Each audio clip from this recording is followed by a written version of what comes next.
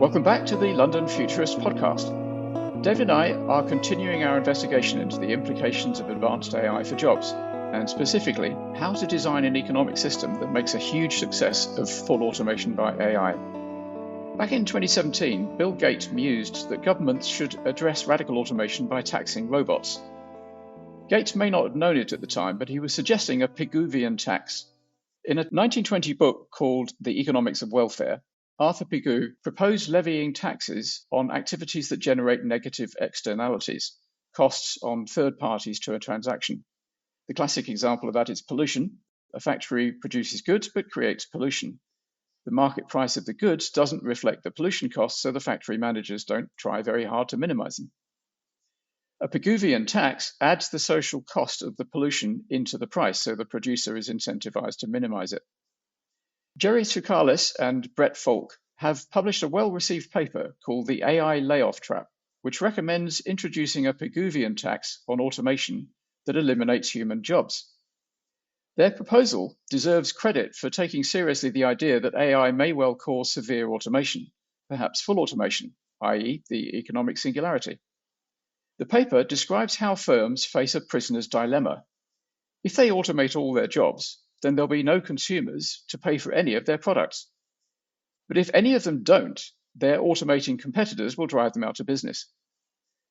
Tsoukalas and Falk point out counterintuitively that the fiercer the competition, the more acute the dilemma. So if we want to hold back automation, we might be better off with monopoly-ridden economies. Gerry and Brett, I hope I haven't garbled that too much, and welcome to the London Futurist podcast.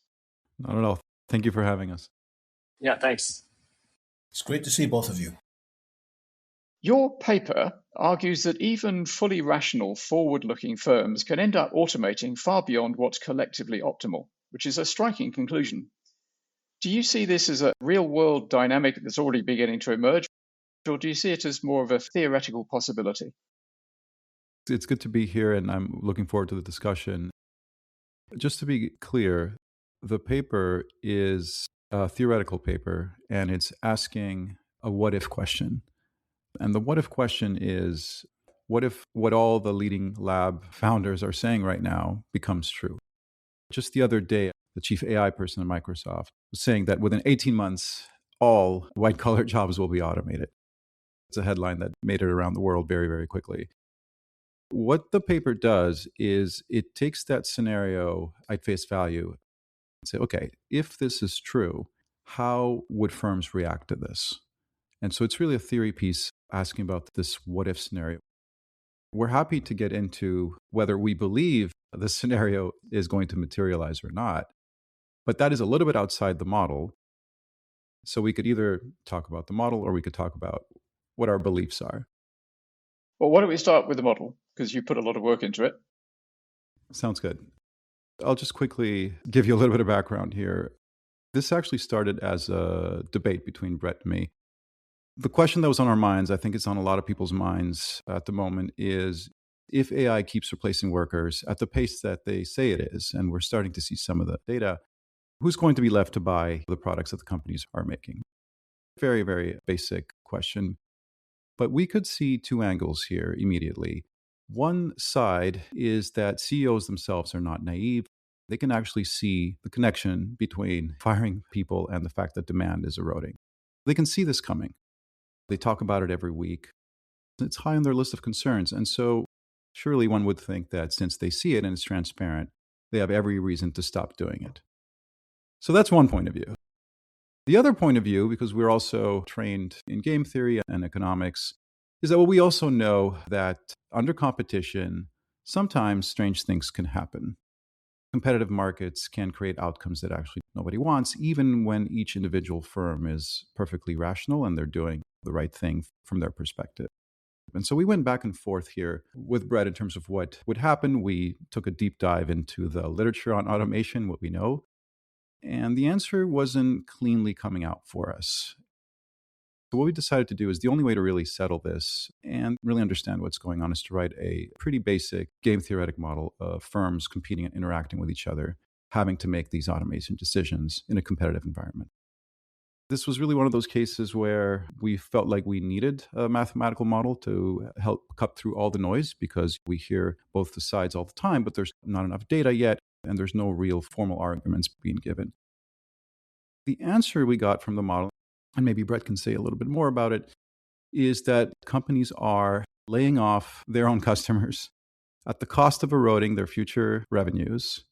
And the punchline is that they can't really stop it. Brett, Gerry mentioned that the two of you were in a debate in some ways. Do you agree with this analysis? Maybe you can explain how your views complement or diverge from each other. I do agree with this analysis. And what Gerry was saying is that the point of making these simplified economic models is they can highlight the core dynamics that are happening. We came up with this model because we were having a debate. We wanted to say, okay, well, which way are things going to go? And then the model clearly says, in this simplified world, here are the dynamics. They are what you pointed out, which is basically that we have these externalities where when you fire a worker, you get the full benefit of saving on their salary, but the demand loss, the demand destruction from their lost wages is spread out over not just your company, but the whole economy. And so you can get a lot of savings to yourself and you do a lot of damage to the economy, but you only feel some fraction of it.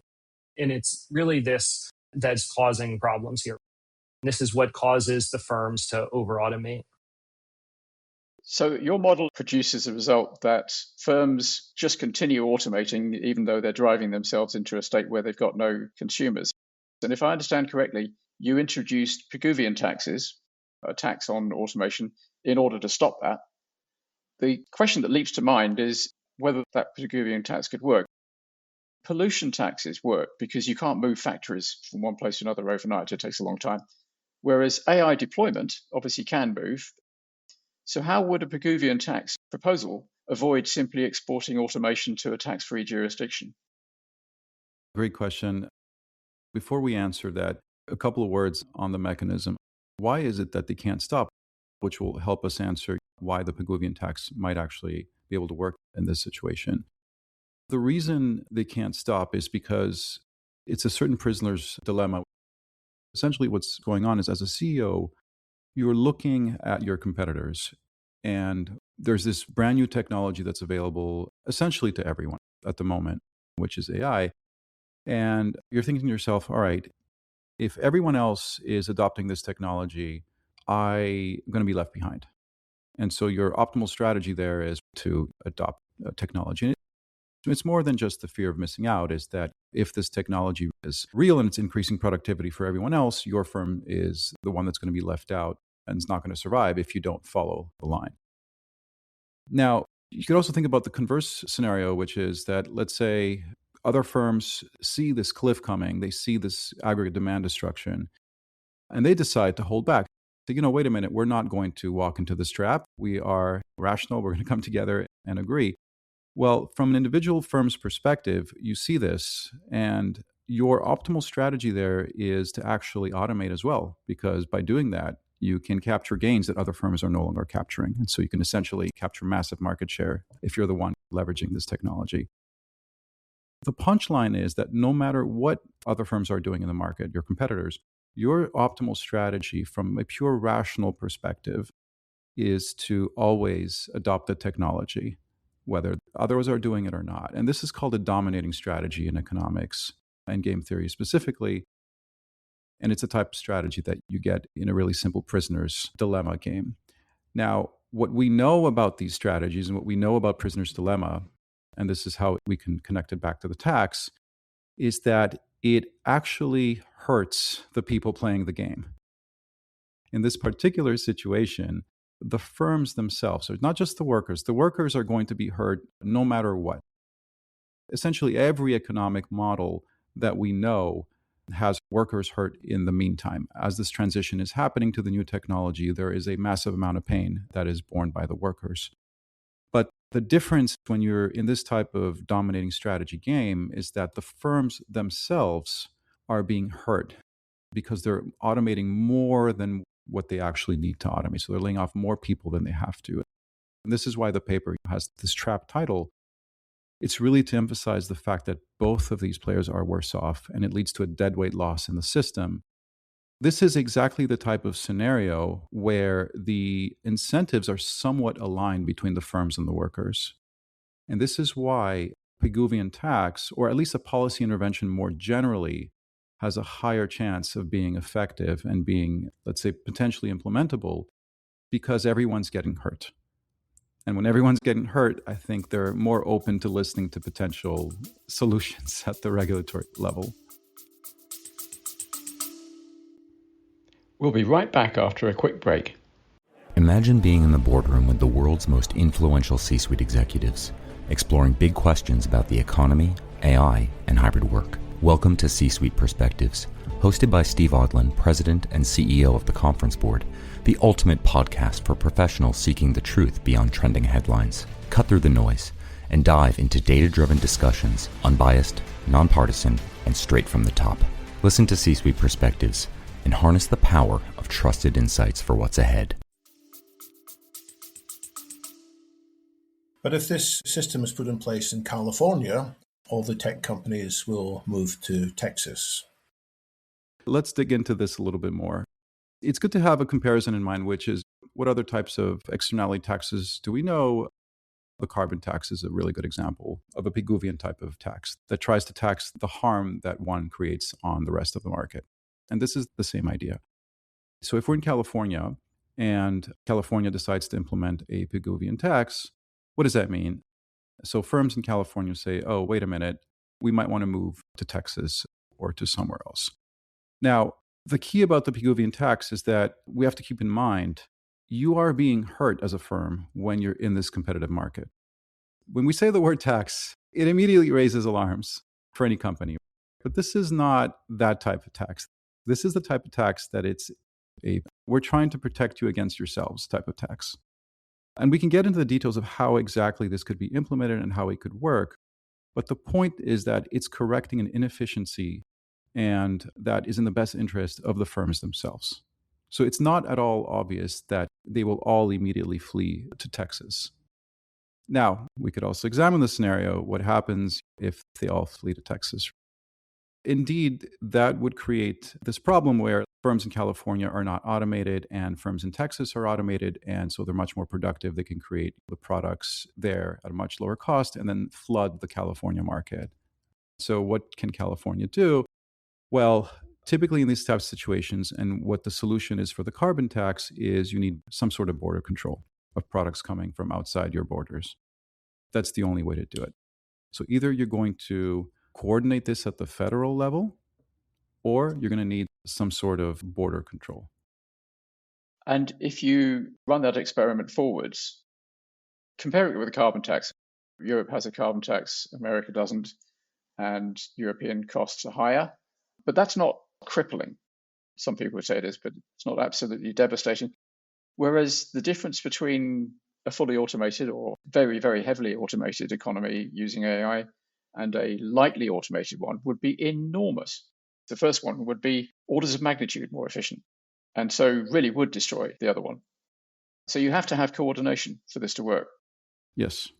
And one thing we know is that in a world where there's 200 countries, and if you break them down into states and so on, there's thousands, that is a tough coordination job. Yep, absolutely. Coordination is very difficult. One thing that makes this, I think, a little bit different than the carbon analogy that we're using a lot is that the hope would be that this would be essentially a temporary tax. Part of the model is that when you fire workers for automation, that they are slowly reabsorbed into the economy. And we've had lots of times in the past when new technology has led to mass layoffs in some sector. And these workers can retrain and find jobs other places. If these workers can find other jobs, you don't have this demand destruction that causes this major problem. So the question is basically, how fast are workers being laid off and how broad is it? So some people who say that AI is maybe not going to cause a problem says, let's look back to the Industrial Revolution, or let's look back to the invention of the word processor. And these really change certain fields. AI is a little bit different because it touches so many fields. The AI boomers say it will change all of white collar work, not just in some domains. But still, there's some hope that people can retrain and reskill and find either new jobs in different fields or come up with entirely different types of jobs altogether. But this takes some amount of time. And what you need is time for the workers to get reabsorbed into other fields. And the hope is that at least there'll be some potential for that we're not moving into a world where there's just no value of humans at all. But assuming that there's some value of humans and people can figure it out, but it takes them some amount of time, you really need this tax to slow automation down so that people can find new jobs. But you don't need it forever in kind of a steady state. You need it to get through this initial period of pain, but not forever. And so that also makes, I think, the coordination problem a little bit easier because you're not looking to have this thing going in perpetuity. So does your model contain a parameter that measures the pace of employee displacement and how long it might take them to become meaningfully reemployed? Exactly, yeah. So we have a parameter that we call the reabsorption rate. Basically, this is the rate at which laid off workers get reabsorbed into the economy. The faster this is, the less of a problem this trap is. But the point of a tax is basically to slow down the automation to kind of match up to the reabsorption rate. That's one part of it. The other part, though, is you say there are hundreds of countries, but if you imagine an AI tax, the way people think about it is like a token tax. And most of the leading providers are only in a few countries, and even in a few states probably. But if the US were to implement some kind of token tax, it's actually a huge fraction of the tokens are being generated in the US anyway. You don't have to coordinate across hundreds and hundreds of countries, maybe only a few. Well, maybe you do, though. I mean, imagine Estonia, for instance, is a very technically minded country, very forward-thinking country. And they say, well, in America and elsewhere, you can impose all the taxes you like, but we're just going to automate as much as we possibly can. And we're going to sell automated accounting, legal, management consulting, plumbing, electric services to everybody all around the world. And we're going to automate everything. Estonia gets incredibly efficient, incredibly rich, and everywhere else gets poor. That's a good point. One thing to realize is that the benefit of this type of tax accrues to the country that's implementing it and accrues to the firms of the country and the workers of the country. So we have to always keep in mind there's a deadweight loss we're trying to protect against here that hurts everyone in the country. And it does get undermined when other countries are ignoring that and they're pursuing their own automation. But we also have to keep in mind while they're doing that, they're destroying their own demand. So they're destroying their own demand and they're banking on the fact that there's going to be demand in other countries that's left over. The only way to stop that doesn't require coordination, but it does require border control. Like we said earlier, your audience might have heard the word tariffs was such a little bit politically charged word at the moment. No, what's that? This is why I'm using the word border control. Before we even started talking about tariffs the last few years, this has been well known to economists and has been used successfully by the US in many occasions in the past. So you would need some sort of border control if that scenario occurs. But the bottom line is you don't need to coordinate across countries. The US could unilaterally decide we are doing this because we think it's going to benefit everyone, not just the workers that are not going to be fired as much, but also the firms themselves that are overdoing it. So the whole point of the paper is that because they're stuck in this trap and they're competing, they're overdoing it. And the point is not to stop them from automating at all. The point is to get to the optimal rate of automation over time, which will allow workers to be reabsorbed more gradually, and that eventually will leave everyone better off. And if other countries are trying to go against that, there is a very, very effective tool, which is a border control tool that would stop some of these other services from countries that have decided not to ratify or implement this type of tax. That's a real solution that could be implemented without requiring, or if coordination fails at the international level. But I also want to add, we've been talking kind of vaguely about sort of an automation tax, but if you think about how it would be implemented, probably the easiest way to implement it is like a token tax. For every token that these models generate, you add some tax to it. And if you imagine that this hypothetical with Estonia is using AI to automate all of its firms and they become more efficient, those firms don't have their own AI models, at least the way we have things now. Everybody is buying their tokens from one of a few providers, from Anthropic, from OpenAI, from Google. If you are taxing those providers, Estonia can't choose to avoid that tax unless they go and take an open source model and build their own data centers in their country. These data centers right now are unbelievably expensive and take years to build. And it's not something that, at least right now, as far as I'm aware, that countries like Estonia are thinking about setting up in their country. So even without anything like tariffs, if you say most of the tokens are being generated in a few countries, even the countries that would like to avoid this, they're still buying their AI service from a few countries. Let's talk about perverse incentives, because if there's a tax on tokens, won't that incentivize companies to provide their automation services for fewer tokens? They will optimize their algorithms so that they can still deliver the goods, but avoiding such tax implications. I think that's certainly true. That we would think of as basically like an improvement of the AI systems. In some ways, maybe is better if the AI systems get more efficient. Right now, token output is basically how many words it's giving to you. And so at some level, you can't compress that down to zero. If you ask the AI model to write you a computer program, it would be nice if it wrote you a shorter program that was just as efficient. We'd all like it to be more concise, but you can't just shrink that down to nothing. So let's compare this solution to other possible ways of dealing with automation, making customers redundant, as it were. One proposal is simply that the company should pay more corporation tax, that when they're very successful and profitable, a larger share of that should be taken out and given to governments so governments can redistribute it to everybody so people have enough in their pockets to purchase goods again. So why would you prefer a token tax to a general corporation tax? There's two scenarios that I think we need to distinguish to answer that question. One is, are we talking about the transition to a, let's say, fully automated world? Or are we talking about the fact that we have arrived at a fully automated world? And these are two very different things. The paper is about the transition itself. We have some personal views. Are we ever going to get to a post-labor or a post-AGI type of world, which is, I think, implied by your question. And we're happy to get to that. But the point is that these two worlds require different instruments and are very, very different.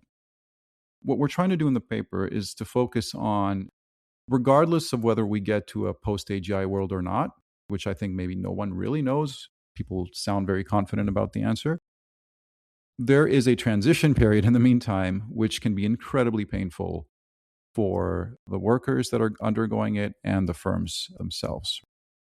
And the point of the papers say we can do something about the transition. And in fact, if you want to get to a post-AGI world, there's a way to do that, and there's a way not to do that.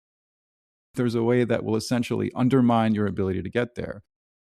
And what we're arguing is that the way we're approaching things right now, these companies are actually shooting themselves in the foot. And they're not doing it on purpose. They're stuck in this over-automation trap. Left to their own devices without proper regulatory policy, they're going to overdo it. They're going to automate too fast. They're going to lose too much customer demand. Their revenues are eventually going to go down because there's no more customers left. People haven't had the chance to retrain. And so it's not going to work out very well in the meantime during this transition period. If we fast forward and we can imagine that we've somehow gotten to a world where we're post-AGI, no one's working anymore because it's all robots, then this type of Pigouvian tax is useless because it targets automation and we're already fully automated. So this won't work. But what will work there is something more intuitive. Once we get there, taxing profits in a way that these are redistributed back to the former workers through the form of UBI. UBI makes sense in this type of world because no one's working. So when it's universal, it really is universal because there's not a single employee left that's working. That can work even within our model. It's a small extension to show that in a post-AGI world, as long as you tax the companies generating profits and those go back to customers to support demand in the economy, you're going to be all right. So we're not arguing in the paper that something like UBI is never going to work. What we're arguing is that we're not in a post-AGI world right now. Our own view is that we might never get there. If we do, it's not going to be in 5 years or certainly not in 18 months, like some of the leading foundational labs are saying. Our view, and we've studied technology for a long time, is that these things do take much, much longer than people expect. For instance, the internet, 50 years before it really took off. AI will be faster, but it won't be a 2, 3, 4, 5 year thing. In our minds, we're looking at a decade or more of pain. And what we're trying to do with this paper is say, look, the solutions we are talking about right now, for instance, UBI, might work if you implement it properly in a post-AGI world, but we're not there yet, and we have a long road to get there. And in the meantime, we should minimize the pain that people are going through. So you're talking about a world in which there are still new jobs to be done. It's simply that people will need time to adapt and get more training. That's right. So why don't you incentivize companies to retrain their workers rather than penalizing them with this Pigouvian tax? Right. The Pigouvian tax, as Brett mentioned earlier, if it's implemented correctly, the objective is not just to take money from automation and burn it. The objective is to use that money to then retrain displaced workers. So it's already embedded in the loop. And it's not very different from what you're suggesting. For instance, if you want to incentivize companies to do that, well, how do you do that? You can provide subsidies to the companies to retrain their workers, but where do those subsidies come from? Well, they come from taxes. They have to come from somewhere. I don't think you're getting out of the tax idea. Maybe you're changing who's paying it and when, but the fact that there needs to be a transfer, either a subsidy or some sort of penalty, a carrot and a stick, essentially. You need some sort of external intervention, whether it's the form of a carrot or a stick, to provide the incentives for retraining or the time for retraining. Assuming that we're in a world where, and I believe this to be true for the foreseeable future, there are going to be new jobs and people will need to be retrained for them. And so no matter how you do it, you need an external intervention, which is what the point of the paper is. Can I add to that in terms of getting back to your original question? Why focus on a Pigouvian tax as opposed to these other methods? I mentioned before that part of the idea of making a really simple model like this is that it really clarifies the mechanisms, and you can talk about the mechanisms without a lot of the cruft around them. And here we said that the mechanism is really this externality, that companies are saving money by automating, but they are creating demand destruction that affects everybody. This is what you need to get at. And when you talk about things like UBI, UBI helps the workers, but it doesn't eliminate this externality. Even if all the citizens are getting UBI, companies will still choose to over-automate. And if we are not in a full post-AGI world where there's no use for human labor at all, companies will choose to over-automate even when workers are getting UBI. And so the workers are a little better off and the companies are a little better off because the workers have some money to buy the company's products. But it doesn't eliminate this externality. And you could still be even better off if you had automated a little bit less and had UBI. So UBI doesn't address the core problem. And same with other types of taxes. If you tax the company's profits, again, this is not getting at the core problem, which is this externality. And so these things help. You can tax the company's profits and distribute it back to the workers, and you make things a little bit better. But the companies are still going to over-automate relative to what would be optimal, even for themselves. And the only way to get them to the optimal state, what's best for not just the workers, but best for them, is something that addresses the externality. And so that's the thing that's nice about a simple model is you can say, okay, well, here is the thing that we were trying to address. And now these things that we talk about, like UBI, you can see that they don't quite address the problem. they get at part of it, but not at the core thing, which is the externality. So I'm a big fan of taxing things to take into account of externalities. I buy that. But the question is, how can this externality be measured in an uncontroversial way? Because if you're going to tax it, you need to be able to assess it. And different people will assess it differently. Some people will say, hey, this is actually good. It's pushing people out of dead-end jobs and encouraging them to make themselves more productive. That's not a negative externality. That's a positive externality. So what are your ideas on measuring that? Measurement is always going to be a huge problem. And if you could even get enough consensus to implement some kind of automation tax, there would obviously be enormous fights about the exact ways that it would be implemented. In a simple model, you can calibrate it and you can see kind of the things that you would want to use to calibrate it. You can use basically how much the companies are saving from automating, and basically how much demand destruction there is. And those are the key things that you are trying to calibrate. And then I guess how quickly workers can be reabsorbed into other positions. And you can get data on all these things, and the data will be messy and noisy, but you can at least attempt to do this. And people have slightly different measurements, but you can ground at least your arguments in theory, and then you go out and you try to measure. And then you can fight about the exact numbers. But I think you should be able to get at least a reasonable sort of methodology for doing this. And just to add to Brett's explanation, this is a little bit of a technical point. We don't need to get lost in the details. But what the model also allows us to see is that the amount of deadweight loss that you incur in the system ends up being a quadratic function. Essentially, what it means is that even if you don't get it perfectly right, and you kind of approximately get it right, it will still have pretty substantial benefits compared to the status quo. Our point of the paper is to argue that it's worth the discussion more so than what we've seen.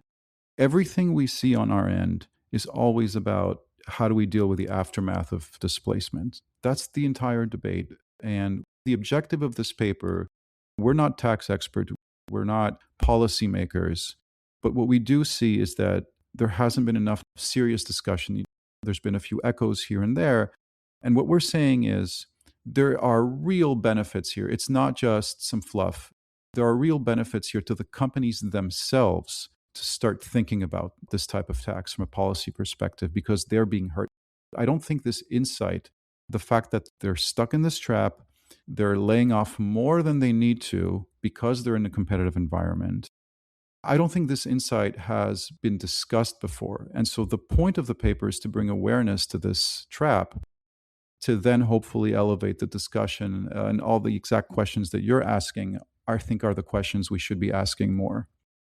Well, I think you're completely right that these things haven't been discussed enough. I'm not sure there's been all that much discussion about the solution to the endpoint of full automation. I think there's been a little bit, but not much. Mostly the discussion seems to be, is there going to be full automation? Well, probably not. That's about as far as it gets.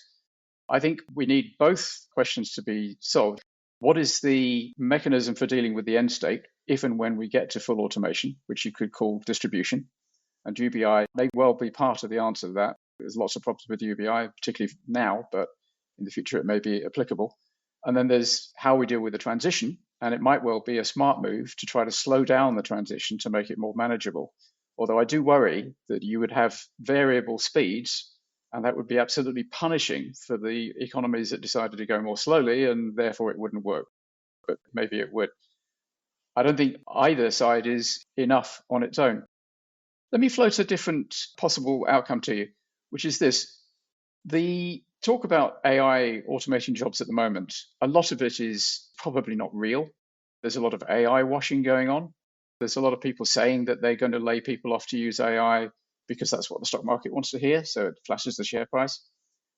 Most of the thorough work that's been done on this seems to suggest there hasn't been an awful lot of AI automation yet. And there's a very good reason for that, which is that AIs are totally brilliant in a lot of ways, but they make stupid mistakes. Not so much the hallucinations, that's improved a lot. It's not gone, but it's improved. But more, they just don't have common sense. They don't have a sniff test. I think it's entirely possible that we live in a universe where there won't be much AI automation. We'll have full employment for a long time to come. And when I say a long time, I'm talking maybe 10, 20 years. And then fairly rapidly, they will acquire common sense. The LLMs, or whatever succeeds them, will acquire common sense. And there'll be a phase change to full automation quite rapidly. And in that world, the transition is going to be quick and violent, and we better hope that we have a good plan for the post-automation world, because there isn't much opportunity to slow it down. It just does happen quickly. And in the meantime, what happens is there's a lot of churn, because bits of jobs keep being automated, bits of careers keep being automated, so people have to keep retraining over and over and over again, and we need help for people to do that well. We don't have a great track record in that. Do you think that world is plausible? It sounds like your model is predicated on the belief that there will be gradual automation. Translators will go and that'll be put on a pile somewhere, and then maybe junior accountants will be automated and they'll be put on a pile somewhere. And unemployment will creep up because of AI. Do you think that we live in that gradual universe, or do you think we might live in the phase change universe?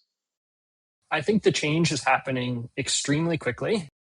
I have a different view than you in terms of the underlying models. You were talking about the underlying models are kind of where they are now, and maybe we'll see a huge phase change in the capabilities of the frontier models. My feeling right now is that even if we don't see almost any improvement in the underlying models, there will still be enormous changes to the labor markets as people essentially get better at using the models and we get more tooling around them.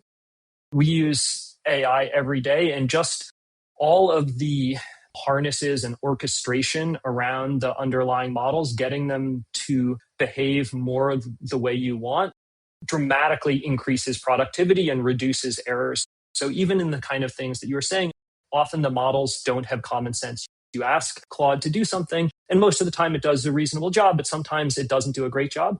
Well, already right now, you want it to do an even better job.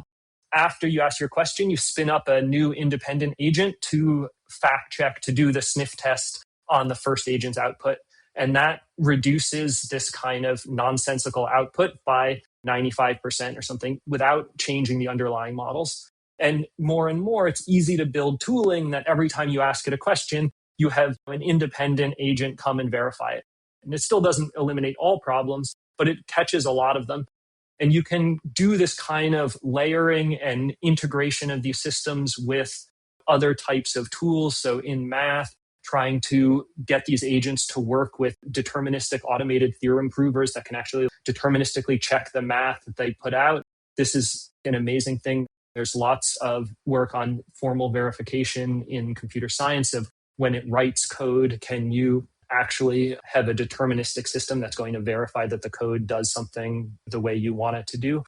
And so as you build all these harnesses and guardrails and checks in, even if the underlying models don't get much better, the amount that you can do with them and do somewhat safely is continuing to really improve.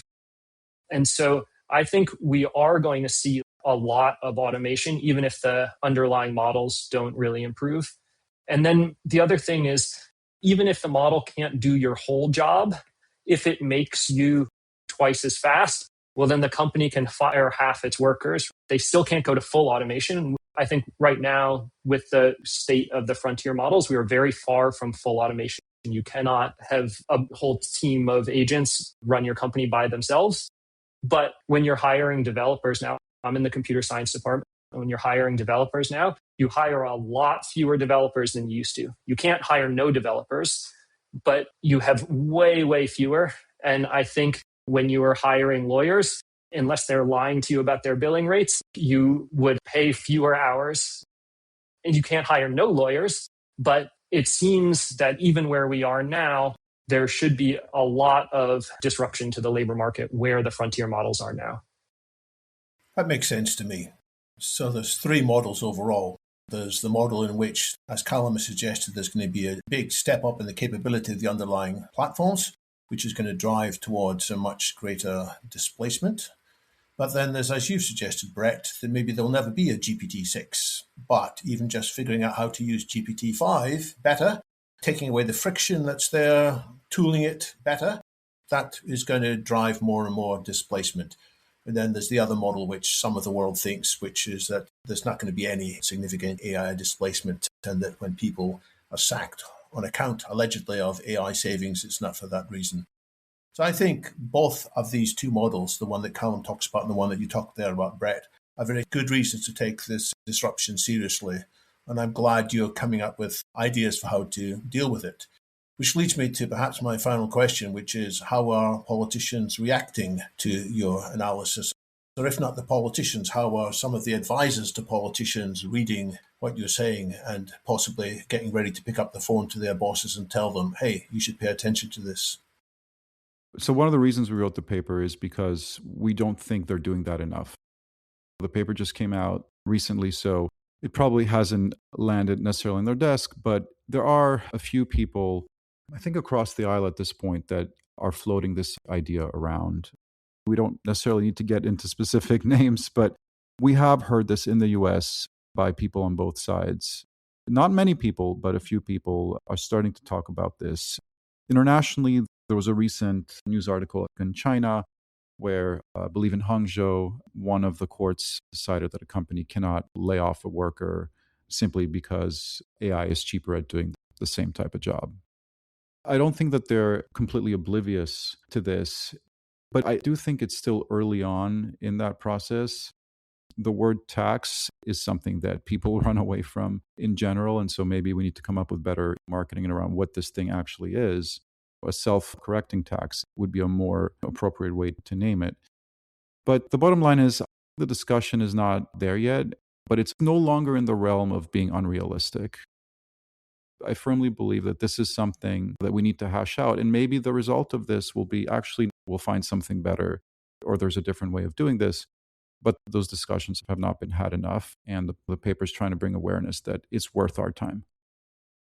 We certainly agree with you that there hasn't been enough discussion about the possible impacts of advanced AI automation, and we thank you for your contribution to the debate, and thank you very much for joining us on the London Futurist podcast. Thanks for having us. Thank you for having us. Thank you.